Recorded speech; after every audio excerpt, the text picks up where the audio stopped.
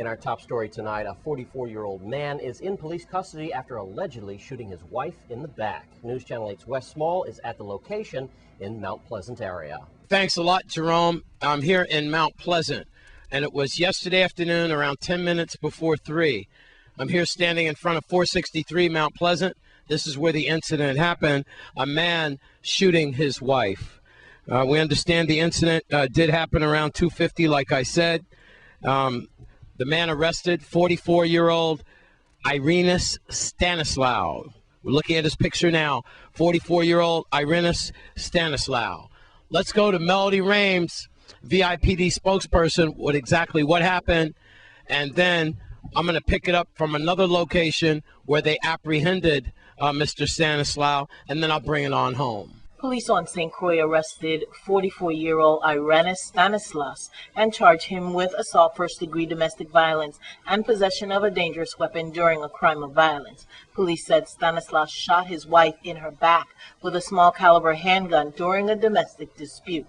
Police were dispatched to the scene at a private residence in Estate Mount Pleasant West, minutes before 3 p.m. on Sunday, July 24th. When they arrived, they saw the victim standing outside her home with a visible injury to the upper left side of her back. She was taken to the Governor Juan F. Louis Hospital and Medical Center for treatment of a non-fatal gunshot wound. The police investigation revealed that the couple was inside their home when they started arguing. Stanislaus then shot her in her back, the victim said.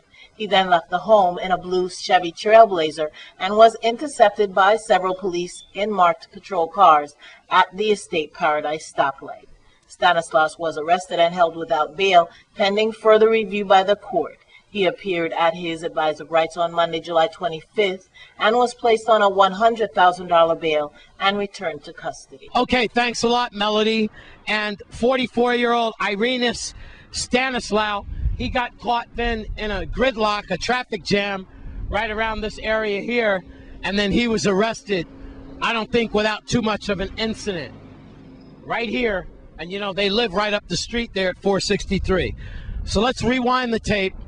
Over the weekend, we have a 44-year-old man now in custody with a serious domestic violence attack on his wife, shot his wife in the back. From what I understand, she went through surgery procedure.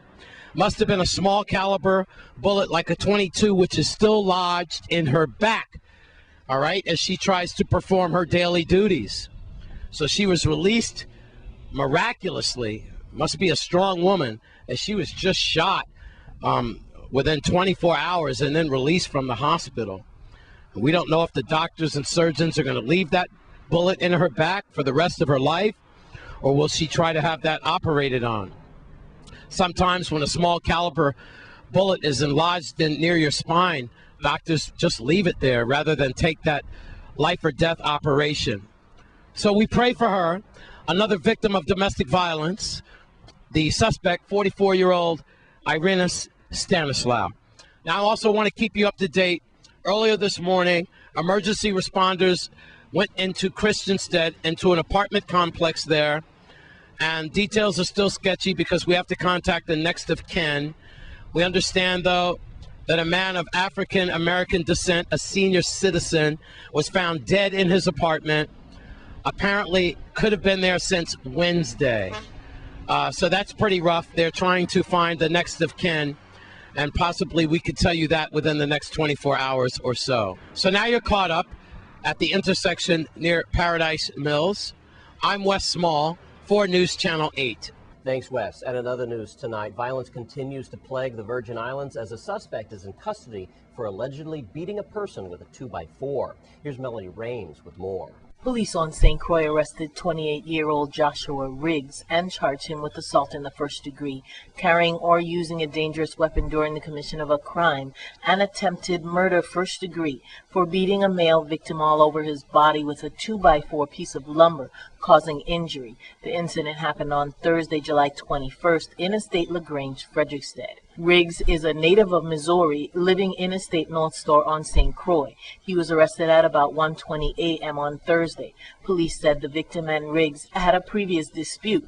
Witnesses in the area confirmed to police that Riggs was at the victim's home during the time of the attack. The victim had a fracture to his left forearm, multiple fractures to his face and nose, as well as cuts on his head, around his eyes, and bruising on both legs. Riggs was placed on a $75,000 bail and remanded to the Golden Grove Adult Correctional Facility pending further court action. And we want to thank Melody Rames of the Virgin Islands Police Department for bringing us that statement tonight. And it's been a long time coming, but at Charlotte O'Malley High School on St. Thomas, they finally got some energy-efficient lighting in their gym. I have invited you today to announce announcement of our energy efficiency project. The Virgin Islands Energy Alliance program was crafted and is implemented in 11 publics between the two islands, that is 7 in St. Thomas and 4 in St. Croix, as means to reduce energy and water consumption with funds from the American Recovery and Reinvestment Act of 2009. The Virgin Islands Energy Alliance program will also address other government energy and water consumption issues in the future. Well, that's our plan anyway. Through the implementation of energy savings performance contracts. That is a contractual mechanism used by the federal government where the operational costs are cut, energy and water is saved, and the investment is paid from the energy and water savings. This type of projects is not as simple as just going up and replacing the light bulbs. It entails detailed engineering, which starts with building identification. Then there is an investment grade audit, followed by a proposal for the project that is going to be done. And the construction phase, which doesn't include any concrete or cement, is basically equipment upgrades and systems that will allow for energy conservation measures, is at last followed by a measurement gauge phase. So everything that is done is validated to make sure these savings are captured. And congratulations to the gym students at Charlotte O'Malley High School. When we come back from this break, we'll bring you your Caribbean Report plus more. Stay with us.